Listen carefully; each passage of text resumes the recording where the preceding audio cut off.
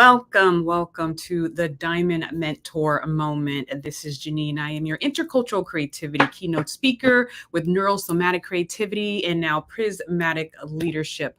We are excited to talk about possibly some new terms for some new people. You know me, I am a teacher by heart, so I love to bring new information in interesting ways. And we are going to talk about a term called VUCA and a term called BANI.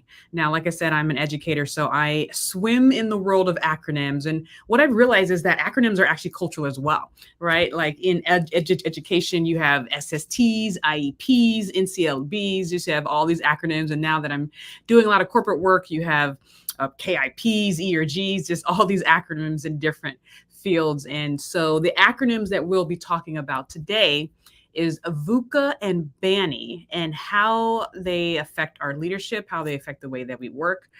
We learn the workforce that our students are going in and all that good stuff. So let's bring up the PowerPoint.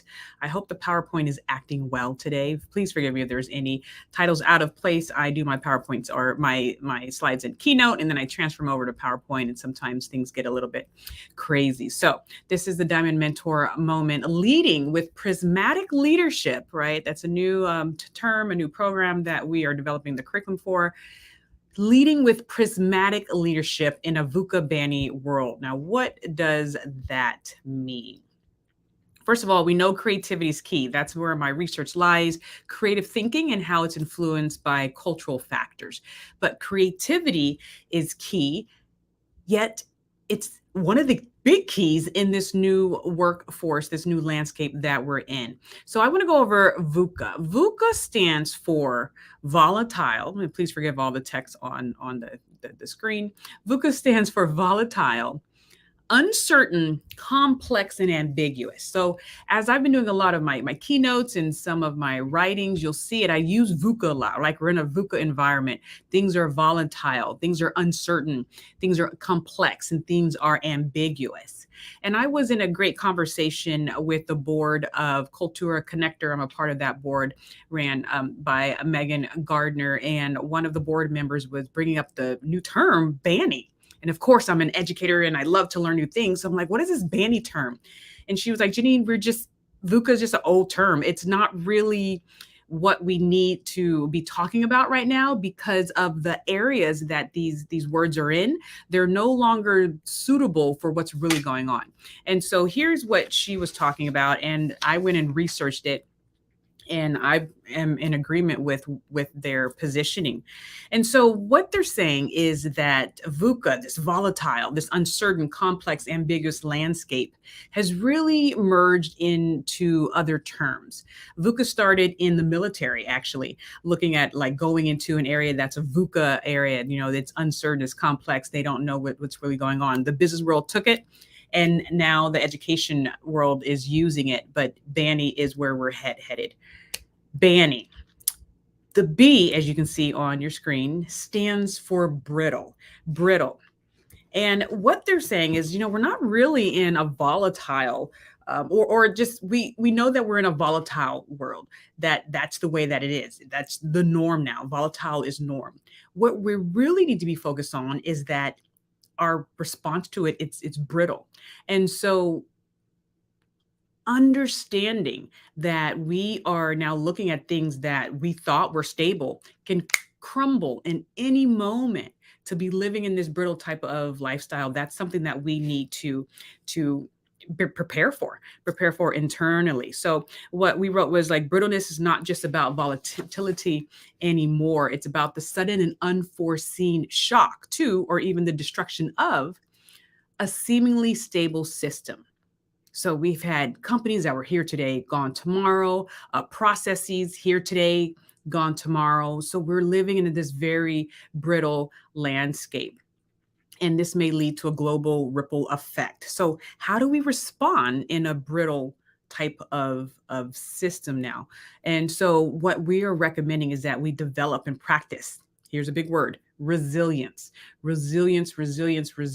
And something that I talk about a lot: cognitive agility. What does it mean to have cognitive agility? What does it mean to reframe, perspective shift, and have divergent thinking around ideas? Those are things that we talk about and we train on.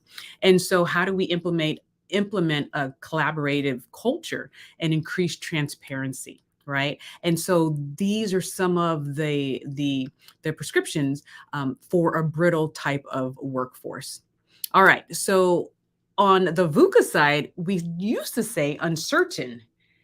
We've always been uncertain. This, like, security has never really been real, right? We've had an ideology of security. We thought we were in a secure system, but really, life is really uncertain and non-secure. But it really is non-secure. Like, more people are aware of the insecurity than 20 years ago.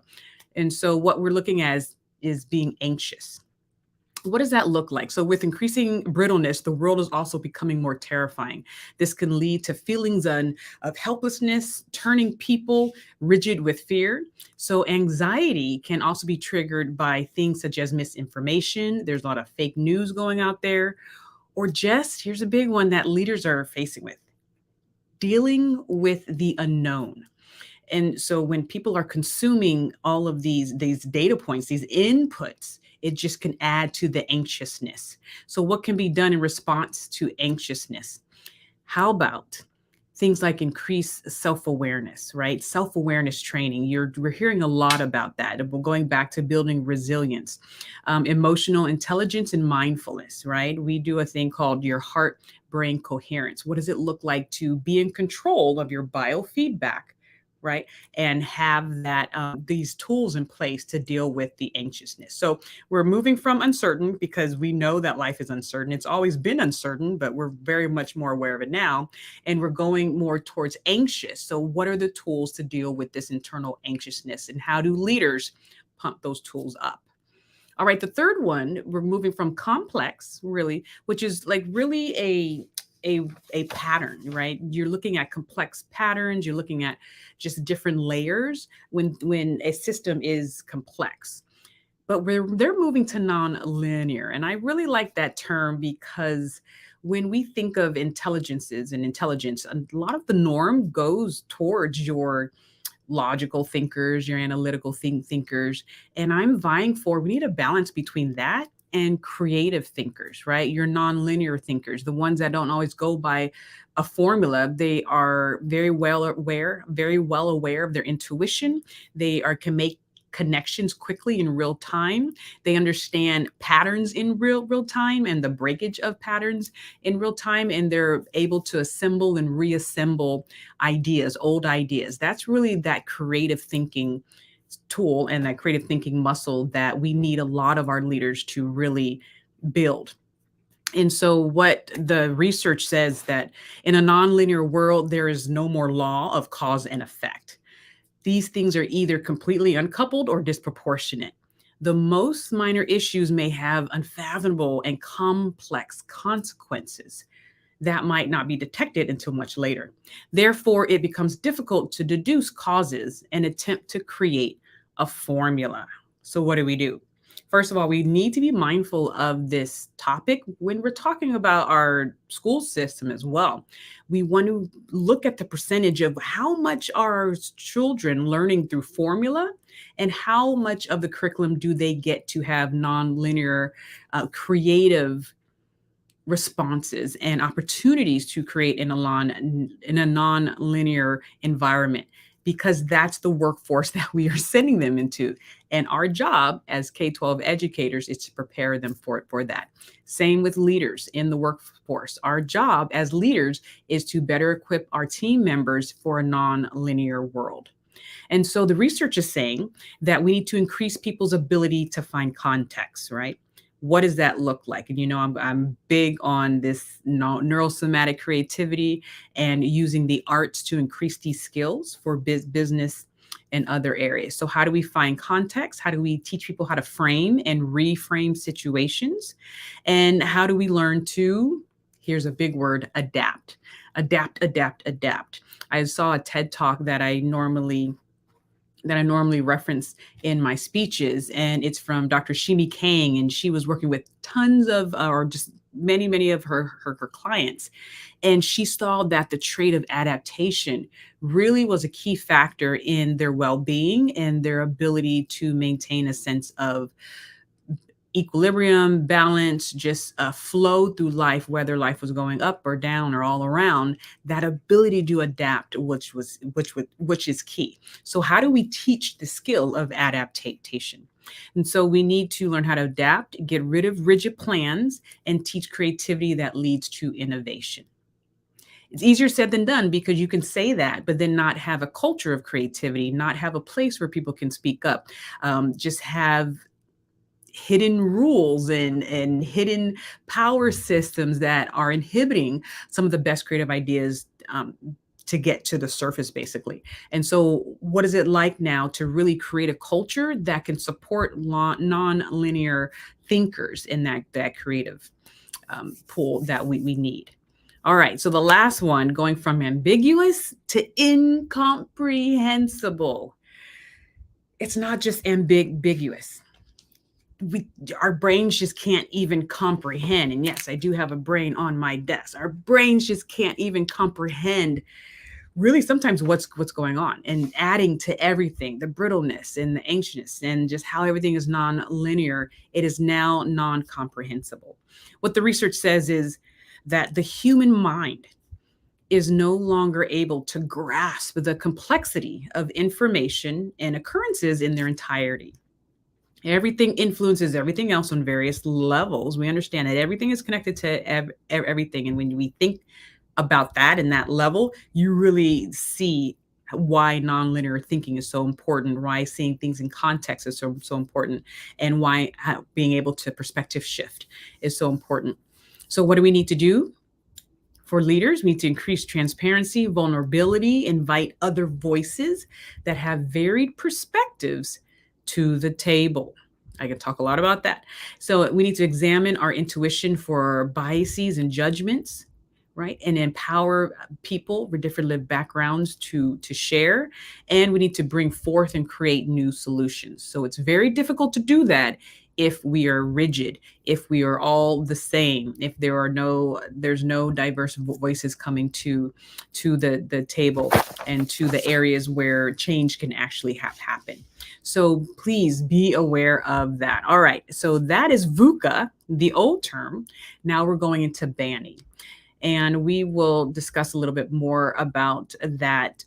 If you look at the shift, your VUCA shift is more external, right? The volatile landscape, everything's uncertain, things are complex, and things are ambiguous. You're looking at that external landscape. And BANI, you're really focusing on your perception of the situation and your response to it. That is a key move right there. How do we train leaders to be stronger and more skilled in realizing their own perception to situations and being more controlled and more creative, right? And more in power of their responses to it. And that is a skill that can be taught. So that is a BANI. And I love this example by a man named Jocko Willink, and he is an author. He's a retired Navy SEALs officer, and some of you may have know of him, but I saw this clip and I wanted to bring it up of, even in the military, what does it look like to go from something that's more systemized to something that is more creative? Here is Jocko.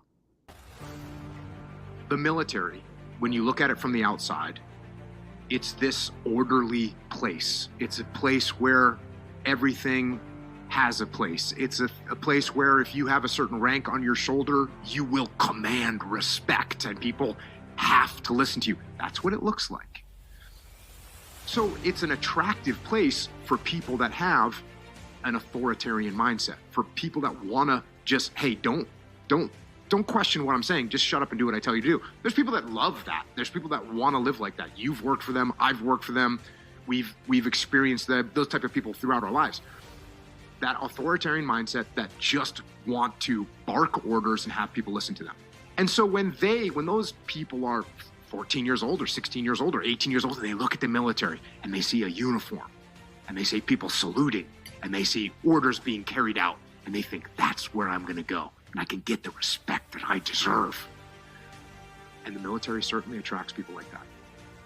And those people that have that highly disciplined and orderly mindset can do well inside the military, especially in garrison. And we were talking about this earlier, the word garrison. I don't think there's a civilian equivalent to this word, but it basically means the non-combat situation. So when you're out on the parade field, when you're going through schooling where there's no combat involved, when you're marching, like those kind of things, we call that garrison. It's in the rear, it's not in combat. And the people with an authoritarian mindset actually do pretty well in garrison situations. Why? Because things are orderly and you can predict what's going to happen, and you do get a certain issue of gear, and that gear is going to be delivered on time, and you're going to shoot this number of rounds down at the range, and everything is going to go according to plan. That's what garrison is. And so those people join the military, they're attracted to that, and they end up doing well in peacetime. Now, unfortunately for them, combat is a lot different. Nothing goes the way it's supposed to go. The bullets don't get delivered on time. The enemy has a vote on the way things are going to unfold. And you end up in combat being in very chaotic situations. So the type of person that thrives in combat has a more open mind, has a more flexible mind, is paying more attention to the input that they're receiving. As opposed to someone with an authoritarian mindset, they don't listen to anybody else. They make up their own mind, they bark orders. With someone that has a more open mindset, they're listening, they're taking input, they're evolving their plan.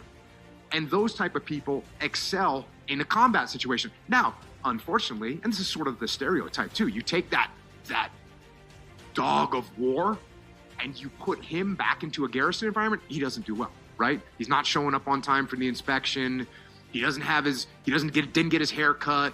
He doesn't have his weapon cleaned the way it's supposed to be cleaned because he's got his weapon ready for combat, not ready for inspection.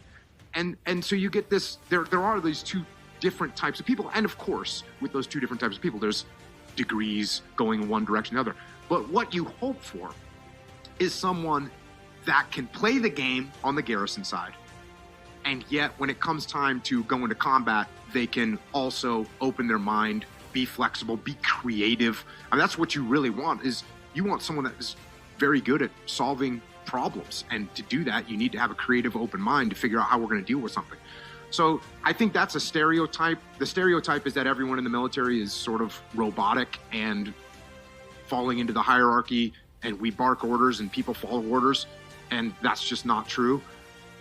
There's an element of truth to it, but is not the whole truth. And certainly, if you look at history, the people that excel in combat are the people that maybe have a little bit of a rebellious streak, people that have that are just more creative and more open-minded.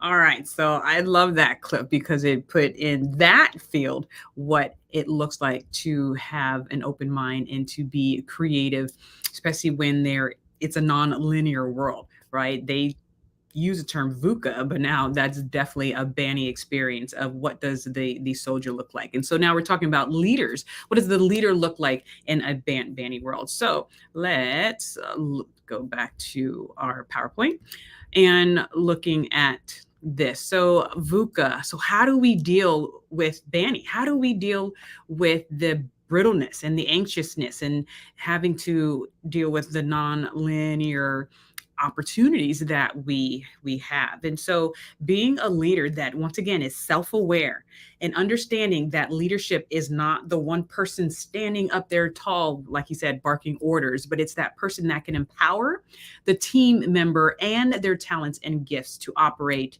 at their creative best. It's that person that is very observant in real time, and they're using all of their senses to gather information about the environment, the social environment, the business environment, and of course their team members, that non-verbal communication as well.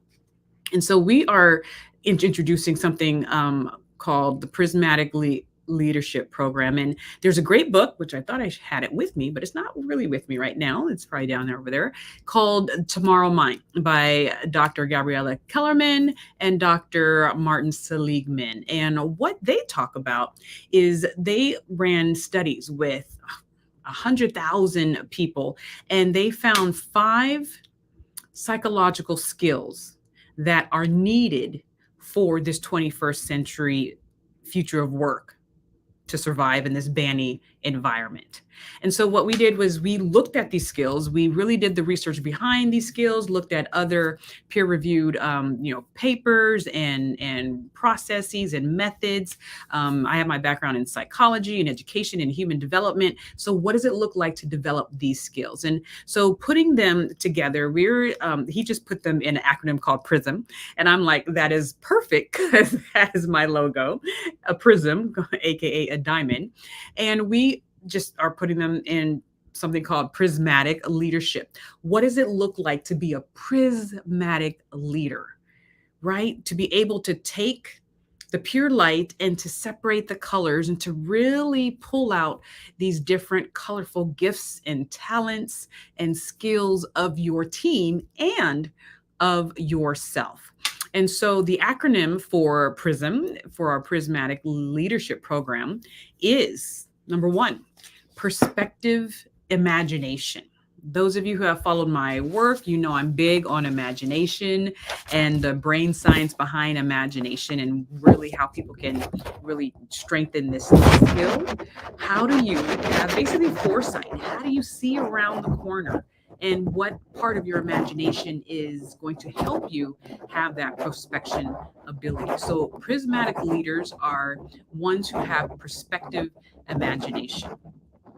Another thing that prismatic leaders have is resilience, right? Resilient agility. And this is really the combination between resilience and cognitive agility.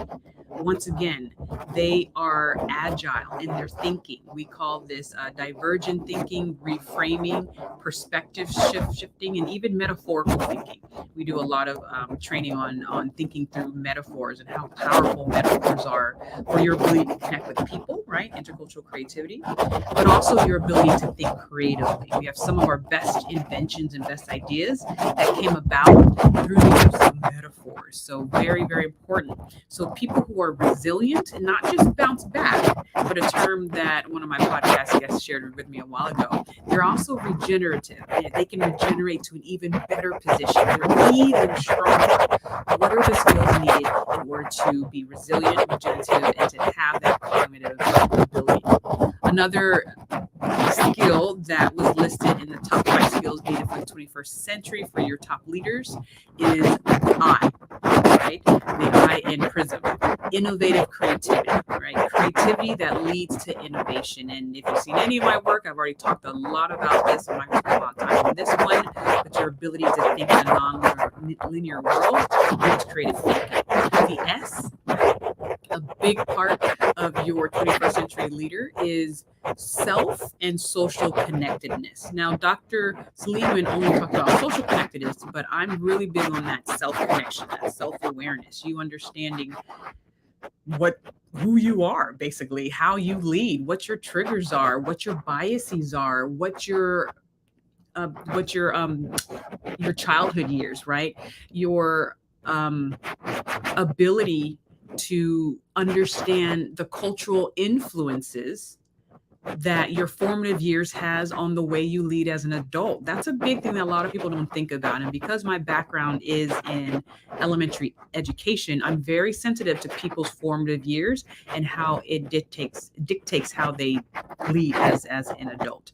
So understanding the self-connectedness, being connected to yourself, but also understanding being connected to other people and how they perceive you, how you wish to be perceived, how you can read other people, connect to other people, and really synchronize with them. And then the last one is M, PRISM, right? Making meaning that matters. And so we talk about, do your team members know how their work matters, right? To the organization, to the community, to the world at large.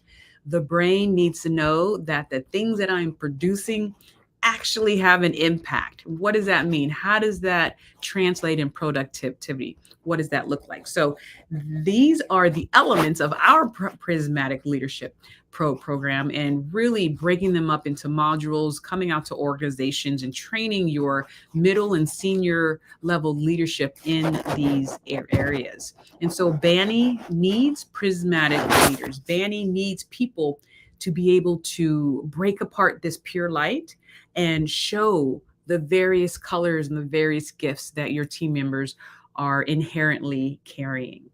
And so, of course, I love to teach with my books.